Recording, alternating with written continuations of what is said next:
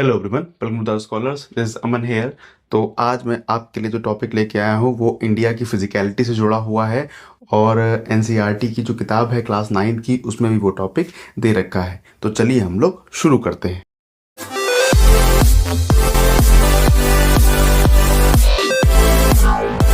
तो हमारा जो चैप्टर है उसका नेम है इंडिया साइज एंड लोकेशन। आज हम जानेंगे इंडिया के लोकेशन के बारे में कि इंडिया कौन से हेमिस्फेयर में पड़ता है, यानी कि वर्ल्ड के परसेप्शन में आप जब देखेंगे तो किस एरिया में इंडिया दिखाई पड़ता है और क्या साइज है, किस तरीके से, कौन सी लॉन्गिट्यूड है, कौन से लैटिट्यूड है, सब हम आज इसके बारे में जानेंगे। तो पहले हम लोग देखिए हेडिंग डाल रखी है यहाँ पे। तो हमारे चैप्टर का नेम है इंडिया साइज एंड लोकेशन, ठीक है। और दूसरा हमारा ये जो उसमें टॉपिक, हम सब टॉपिक जो ले रहे हैं वो है हमारा लोकेशन। तो आप जैसे कि मैंने यहाँ मैप लगाया हुआ है, ये प्रॉपर तरीके से आप देख पा रहे होंगे, यानी कि ये इसमें सारे कॉन्टिनेंट मेंशन कर रखे हैं, ठीक है। तो यानी कि आपको दिखाई पड़ रहा होगा, ये हमारा यहाँ पे इंडिया आता है। यानी कि अगर आप इसको, ये इक्वेटर है, यहाँ से ये इक्वेटर मान लीजिए, ठीक है, और ये यहाँ से स्टैंडर्ड मेरिडियन मान लीजिए, ये यहाँ से। तो आप ये करने जाएंगे, आप ये जानते हैं कि इस तरफ हो जाता है ये जो आप, ये नॉर्थ है, ये साउथ है, ये आपका ईस्ट है और ये आपका वेस्ट है। यही ये डायरेक्शन हम लोग मैप में लेके चलते हैं। उसको बोलते हैं NESW बोलते हैं इसको, ठीक है। इस तरीके से लेके चलते हैं। तो आप अगर देखने जाएंगे तो ये जो इंडिया है वो नॉर्थन हेमिस्फेयर में आता है। नॉर्थन हेमिस्फेयर में ये आता है प्रॉपर तरीके से, यानी कि इस वाले इलाके में ये आता है, ठीक है। देख पा रहे होंगे आप ये। और जैसे कि आप ये जानते ही हैं कि यानी कि ये जो ऐसे करके लाइंस रहती हैं, यानी कि ये इस तरह लेंथ में जो लाइन रहती हैं, हम लोग इनको बोलते हैं लॉन्गिट्यूड। इनको बोलते हैं हम लोग लॉन्गिट्यूड। और जो आप इस तरीके से लाइन देख रहे हैं, ये वाली लाइन जो है, इसको हम लोग बोलते हैं लैटिट्यूड। तो लैटिट्यूड की बात हम लोग करते हैं। तो आइए हम लोग जानते हैं कि क्या लॉन्गिट्यूड है इंडिया का और क्या लैटिट्यूड है इंडिया का, ठीक है। देखिए ये मैं एक और यहाँ पे फिगर लेके आया हूँ, आपको आसानी से समझ में आ जाएगा। पहले तो ये समझ लीजिए कि ये जो पॉइंट देख रहे हैं आप, ये जो पॉइंट देख पा रहे होंगे आप, जहाँ पे मेजरमेंट ली जाती है, इस तरीके से आप ये जानते हैं कि ये लाइन, मैंने बताया अभी आपको, ये लाइन लैटिट्यूड्स हैं और ये वाली जो लाइन है लॉन्ग वाली, ये लॉन्गिट्यूड्स हैं, ये लॉन्गिट्यूड्स है, ठीक है। तो यानी कि जब यहाँ से, यानी कि ये पॉइंट लेंगे, ये पॉइंट लेंगे, यानी कि ये जो है ये हमारा नॉर्थ है, ये हमारा साउथ है, ये हमारा ईस्ट है और ये हमारा वेस्ट है। तो ये हमारे कुछ पॉइंट हैं जिनको हमने क्या किया है, लास्ट माना है। यानी कि हम ये कह सकते हैं कि अगर जो यहाँ पॉइंट लिया हुआ है वो हम कह सकते हैं कि नॉर्थ पार्ट का वो लास्ट वाला पार्ट है। यानी कि, और देखिए इसका नाम लिखता हूँ मैं, नॉर्थ का जो पार्ट है उसको बोलते हैं इंद्राकोल।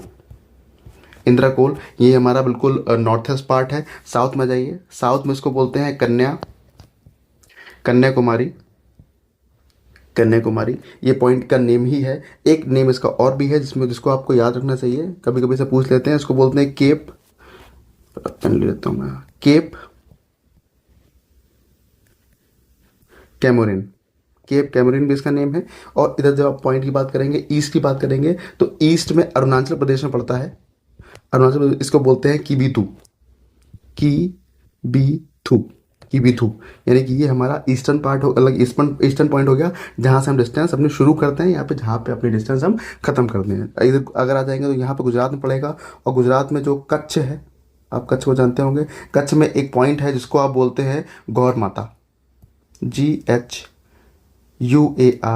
गौर माता, ठीक है। यानी कि ये पॉइंट है। तो हमें जो जानना है, जो लॉन्गिट्यूड होता है, जो लैटिट्यूड होता है, वो क्या होता है, इनके बीच का ही क्या होता है, डिस्टेंस। यानी कहाँ से कौन सा लॉन्गिट्यूड पे इसने कट किया है, कौन सा लैटिट्यूड पे इसने कट किया है, इस तरीके से प्रॉपर तरीके से चीज़ें चलती है। एक बात और समझ लीजिए, अगर आप बात करेंगे नॉर्थ से लेके ईस्ट तक की, तो जो नॉर्थ से लेके ईस्ट तक की डिस्टेंस है वो है 3214 किलोमीटर।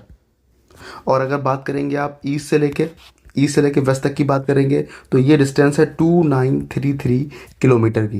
यानी कि आप ये कह सकते हैं कि जो ये वाला पार्ट है, जो ये वाला पार्ट है, वो लगभग कैसा है, बराबरी आता है। यानी कि ये लगभग 3200 के आसपास है और ये लगभग मान लीजिए 3000 के आसपास, यानी 200 किलोमीटर का फर्क दिखाई पड़ता है, ठीक है। तो अगली बात हम लोग कर लेते हैं। अब हम बात करते हैं लॉन्गिट्यूड और लैटिट्यूड की बात कर लेते हैं। तो बस मैं इसको क्लीन कर देता हूँ ताकि सब कुछ समझ में ठीक तरीके से आ जाए। ये देख लीजिए पॉइंट जो है, मैं यहाँ पे इसको क्लीन कर देता हूँ, समझ में आपके आ जाएगा, ठीक है। तो ज़रा समझने की कोशिश कीजिए।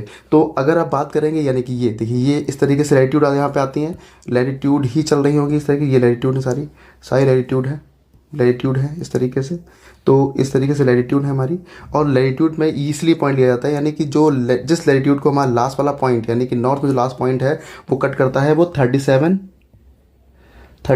डिग्री 6 मिनट नॉर्थ पे करता है। यानी कि जो हमारा लास्ट यानी कि इंदिरा कॉल जो हमारा पॉइंट है वो लैटिट्यूड कट करता है 37 डिग्री 6 मिनट पे। वैसी तरह चाहिए, यानी कि जो हमारा कन्याकुमारी वाला पॉइंट है, तो कन्याकुमारी वाला पॉइंट जो हमारा है 8 डिग्री 4 मिनट पे क्या करता है, इसको प्रॉपर तरीके से कट करता है। ये बात होगा लैटिट्यूड की। ठीक है, अब हम लोग अगली बात करते हैं लॉन्गिट्यूड की। हम लॉन्गिट्यूड की यहाँ से बात करने जाएंगे, तो यानी कि आपको देख पा रहे होंगे ये सारी क्या है, ये सारे इस तरीके से ये हमारे इस तरीके से लॉन्गिट्यूड है। ठीक है, तो मैंने बताया आपको यहाँ पे जो लास्ट वाला पॉइंट है, यानी इसको बोलते हैं किबुतु। क्या बोलते हैं, किबुतु। अरुणाचल प्रदेश में है। इसका जो बनता है इसका जो पॉइंट बनते हैं वो है 97 डिग्री 25 मिनट।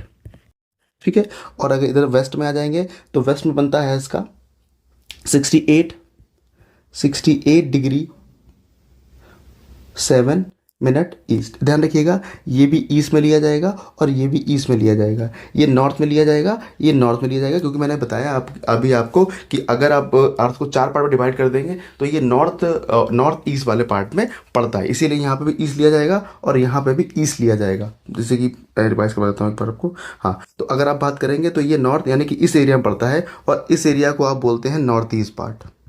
इसीलिए डिस्टेंस हमारी जो होती है वो नॉर्थ में ली जाती है और ईस्ट में ली जाती है। ठीक है, आई होप समझ में आ गया होगा आपके।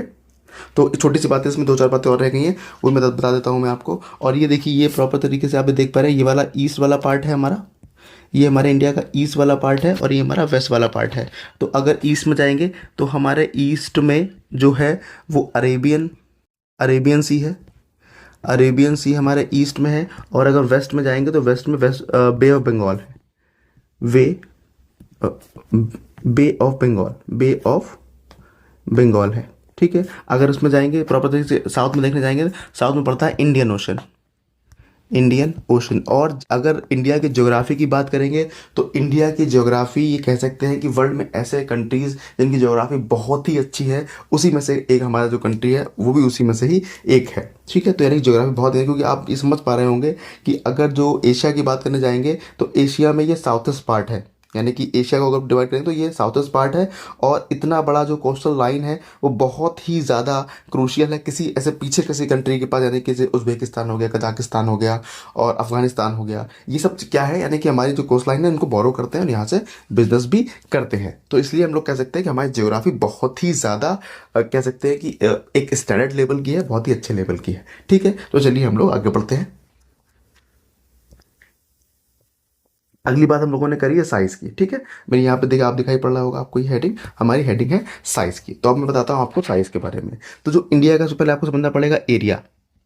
जो इंडिया का एरिया है वो 3.28 मिलियन किलोमीटर स्क्वायर का है, जो कि वर्ल्ड में जितना लैंड अवेलेबल है उसका, यानी ज्योग्राफिकल लैंड जो अवेलेबल है उसमें आता है 2.5% एरिया किसके पास है, इंडिया के पास है। यानी जितना भी ओवरऑल एरिया है उसमें से 2.4% हमारे पास है। लेकिन जो पॉपुलेशन है, यहाँ पर दिक्कत आ जाती है बहुत ज़्यादा, क्योंकि आप जानते हैं कि एशिया जो कॉन्टिनेंट है वो सबसे ज़्यादा पॉपुलेटेड वाला एरिया है। तो आप यहाँ समझ पाएंगे। तो लेकिन जो पॉपुलेशन हमारे पास अप्रॉक्सीमेटली 17.5% है, जितनी भी वर्ल्ड में पॉपुलेशन रहती है उसका 17.5% हमें क्या रहता है, हमारे इंडिया के अंदर रहता है। ऐसे मान लीजिए, यानी कि 100 लोग अगर वर्ल्ड में रहते हैं तो 17.5 लोग क्या रहते हैं, इंडिया में रहते हैं। और अगर 100 किलोमीटर का ही एरिया उनके पास है तो सिर्फ इतना एरिया हमको क्या हुआ, इस तरीके से मिला हुआ है, यानी कि इतने एरिया में इतने लोग रहते हैं। तो यानी कि बहुत दिक्कत वाली बात है। इसीलिए हमारी क्या है, पॉपुलेशन की वजह से बहुत दिक्कतें हमारे साथ चल रही हैं। ठीक है,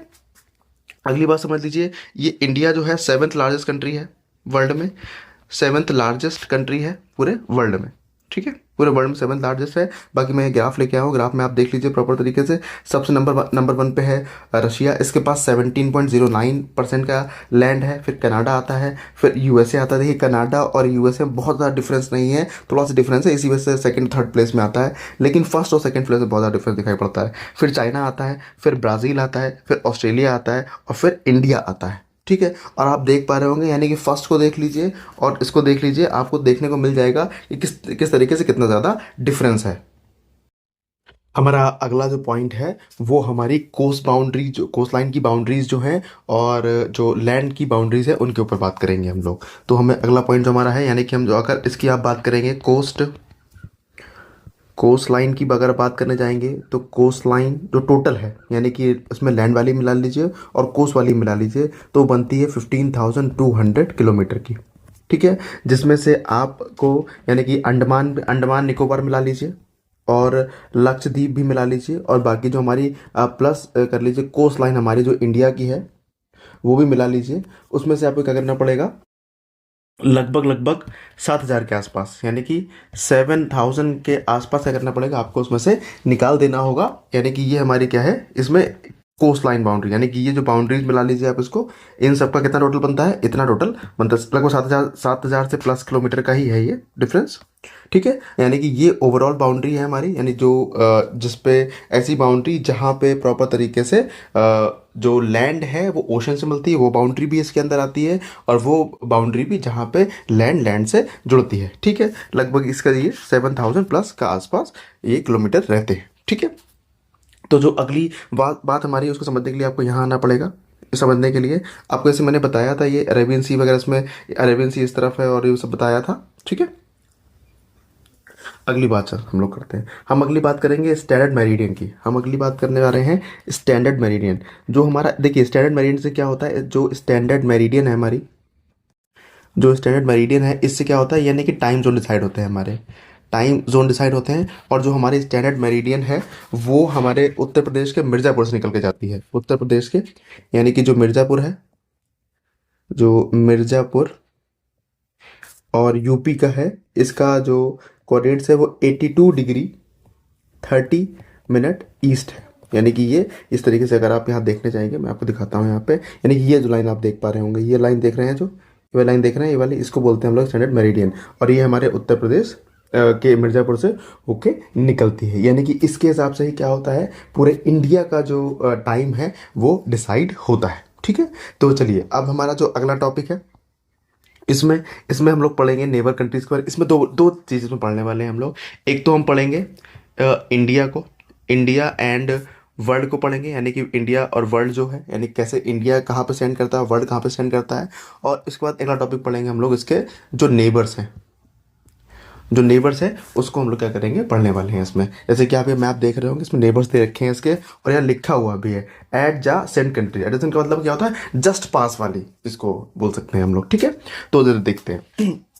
तो जो आप समझने के लिए आपको समझना पड़ेगा ये चीज़ कि जो इंडिया का जो मेन लैंड है, जो मेन लैंड इस तरीके से इंडिया का है, वो यहाँ से इस तरीके से, ये जो आप मेन लैंड देख पा रहे हैं, तो ये यानी कि ये जो यहाँ पर रास्ते हैं, यानी कि ये जो आप देख रहे हैं पाकिस्तान से अफगानिस्तान से होते हुए ये जो रास्ते जाते हैं तजाकिस्तान से होते हुए, ये पूरे जाके कहाँ जुड़ते हैं, जाके ये यूरोप में जुड़ते हैं, जाके यूरोप में जुड़ते हैं। और इन रास्तों से ही क्या होता है, यानी कि बहुत सारी जो चीज़ें रहती हैं, यानी कि हमारे जो कुछ आइडियाज़ थे वो बाकी दुनिया तक पहुँचे, यानी कि पहले वो यूरोप पहुँचे, यूरोप से और जगहों पर पहुँचे। और होता इसमें क्या है कि बहुत सारी जो जगहों से, यानी कि वर्ल्ड से क्या होता है, चीज़ें क्या होती है हमारे इंडिया के अंदर आई। यानी कि ये जो लैंड बाउंड्री है हमारा, ये बहुत ही कह सकते हैं कि बड़ा इलाका है पूरे वर्ल्ड से जुड़ने का। यानी कि ये आप पहले तो बात यूरोप की ही कर लीजिए, यूरोप में जुड़ने का बहुत अच्छा तरीका है। तो आप समझ लीजिए कि हमारे जो कॉन्सेप्ट हैं, यानी कि जैसे कि इंडिया का कॉन्सेप्ट कौन कौन से हैं, जैसे कि इंडिया का जो उपनिषद है, जो उसकी टीचिंग्स हैं वो भी विदेशों में पहुंची हैं इन रास्तों से ही।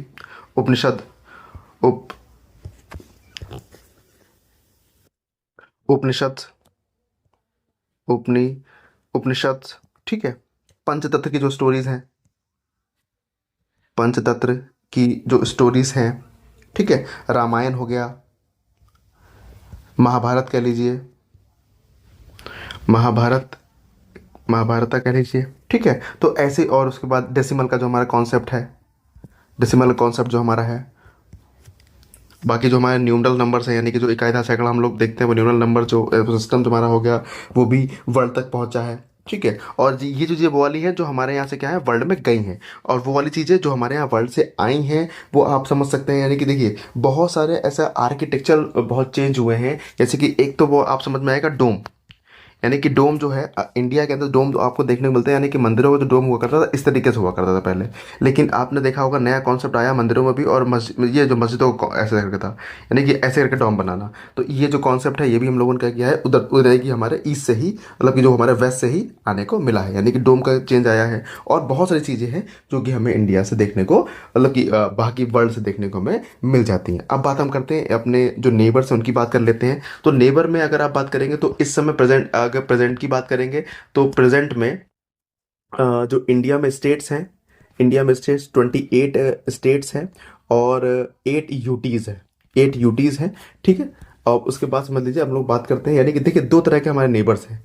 एक तो जिनके साथ लैंड बाउंड्री शेयर करते हैं, लैंड बाउंड्री शेयर करते हैं, ठीक है। और दूसरा जिनके पास, जिनके साथ क्या करते हैं हम लोग, जो अपनी कोस्ट लाइन है यानी कोस्ट बाउंड्री शेयर करते हैं, कोस्ट जो बाउंड्री है वो शेयर करते हैं, ठीक है। तो इसके साथ कौन कौन सा है, देखिए पाकिस्तान है। मैं यहाँ पे लिखने से बता देता हूँ आपको, देखिए पाकिस्तान, अफगानिस्तान, चाइना, उसके बाद नेपाल, भूटान, बांग्लादेश, म्यांमार। देखिए 1 2 3 4 5 6 7, यानी कि 7 से हम लोग लैंड बाउंड्री शेयर करते हैं। और एक जो हमारा, एक दो जो कह लीजिए हमारे, एक तो श्रीलंका हो गया जिससे हम अपना कोस्ट लाइन की जो बाउंड्री है वो शेयर करते हैं, और दूसरा हमारा क्या हो गया, मालदीव्स हो गया। यानी कि इससे क्या करते हैं हम लोग अपनी कोस्ट लाइन की बाउंड्री शेयर करते हैं। एक बात और समझने वाली है, यानी कि अगर इनमें इन सारे जो नेबर्स में से, इन सारे नेबर्स में से सबको बात करेंगे तो सबसे ज़्यादा बड़ी बाउंड्री जो लैंड बाउंड्री हम शेयर करते हैं वो बांग्लादेश के साथ करते हैं, यानी कि बांग्ला के साथ, बांग्लादेश के साथ करते हैं। वो लगभग लगभग 4000+ किलोमीटर की बाउंड्री है। और सबसे कम करते हैं अफगानिस्तान के साथ, वो लगभग 100 के अराउंड ही, मतलब कि 100 के अराउंड ही है, किलोमीटर के आसपास बाउंड्री हम लोग शेयर करते हैं, यानी कि यहाँ से प्रॉपर तरीके से, ठीक है। तो आई होप आपके समझ में आ गया होगा जो मैंने समझाया है। लेकिन फिर भी अगर कोई पॉइंट ऐसा है जो आपके समझ में नहीं आया है तो वो मुझे आप कमेंट सेक्शन में बताइए, मैं उस टॉपिक को दोबारा समझाने की आपको कोशिश करूँगा, ठीक। तब तक के लिए थैंक यू वेरी मच।